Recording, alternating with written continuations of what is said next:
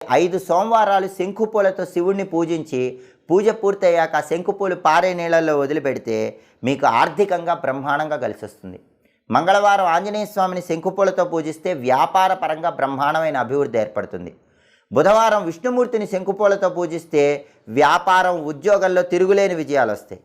అలాగే శనివారం నవగ్రహాల దగ్గరికి వెళ్ళి శని విగ్రహం దగ్గర శంకుపూలు పెట్టొస్తే జాతకంలో శని బలం లేకపోయినా బ్రహ్మాండంగా శని బలం పెరుగుతుంది. కాబట్టి శంకుపూలకు అంత శక్తి ఉంటుంది. శంకు చెట్టుకి అంతటి ప్రత్యేకత ఉంది. ఇంటి ఆవరణలో శంకు చెట్టు పెంచిన, శంకుపూలతో పూజ చేసిన అద్భుతమైన విజయాలు సిద్ధింపజేసుకోవచ్చు. ఇలా ప్రత్యేకంగా చెట్లు ప్రత్యేకమైన దిక్కుల్లో ఏర్పాటు చేసుకోండి. శంకు చెట్టు ఏ దిక్కులో అయినా పెంచుకోండి. ఉత్తమ ప్రయోజనాలను అందిపుచ్చుకోండి. మీరు నిత్య జీవితంలో తీవ్రమైన ఆర్థిక ఇబ్బందుల వల్ల సతమతం అయిపోతున్నారా? కుటుంబ పరంగా సమస్యలు ఎదుర్కొంటూ అనేక రకాలైనటువంటి ఇబ్బందులు పడుతున్నారా?